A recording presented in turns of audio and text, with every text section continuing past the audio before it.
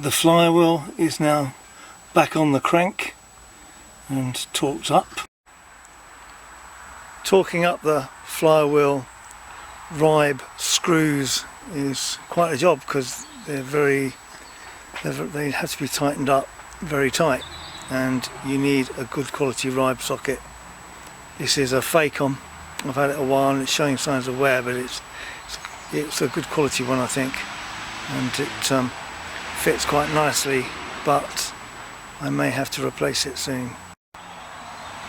You'll need a flywheel locking tool. You can't do this job without it. You can't undo it or tighten it up without, if you're doing it with a torque wrench. And this one's a Sealy. It's a VSC 2394, and it's done the job quite adequately.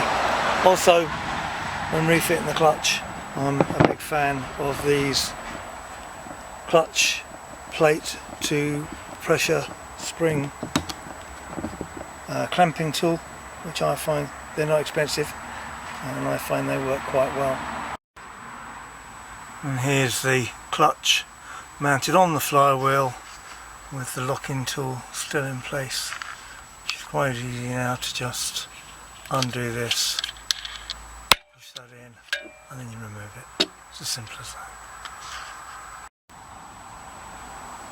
The gearbox is now back on the engine, and now the engine stroke gearbox assembly has been raised back up and fixed to the top mount on the gearbox, which mounts it to the chassis. The top mount is this bit here, and there's like an interface cast iron piece which goes between the top mount and the gearbox casing. When I take the gearbox out of this car, I always I remove all the ancillaries from the gearbox that I can to make it as easy as possible to remove. That means I remove the top mount, and then I remove the cast iron interface piece that goes between the gearbox and the mount. There's another lump of cast iron on the back of the gearbox which helps secure it to the subframe. That's held on with 4 E18 fasteners. I remove those as well.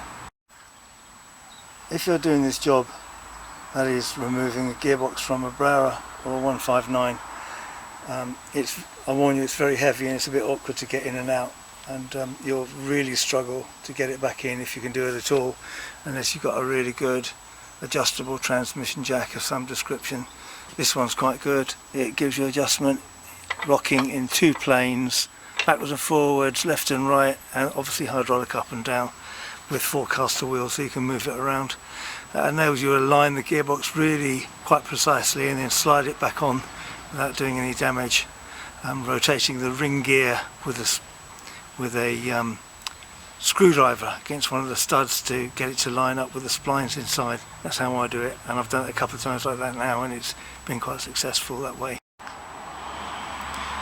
Now that the gearbox is refitted to the engine, and the engine and gearbox assembly raised back up and secured to the top mount on the left hand side of the car, I feel that the most awkward, most difficult, most dangerous really part of the job is out of the way.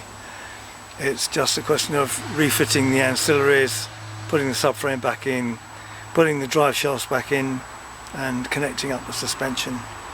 Once I've bled the clutch, we should be pretty much there. The subframe is now back in the car, and suspension reassembled into place. Everything's now torqued up.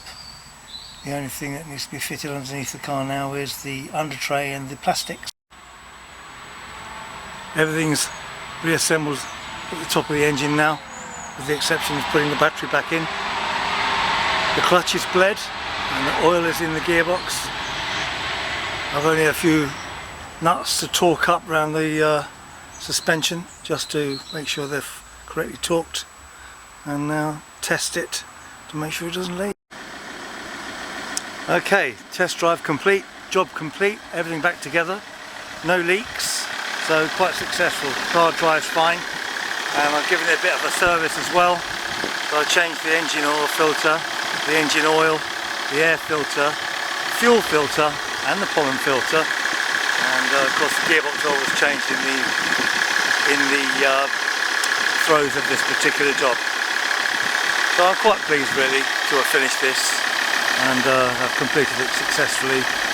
It was an unwanted task, but you know, I just had to drop everything else and get this done, because otherwise it would have sat there. So if you've been following this, thanks for your interest. I hope you found it useful, and if you like what you see, the stuff that I do with cars, mostly Alfas, but a few other cars as well, consider subscribing. Okay, until then, thanks very much. Bye bye.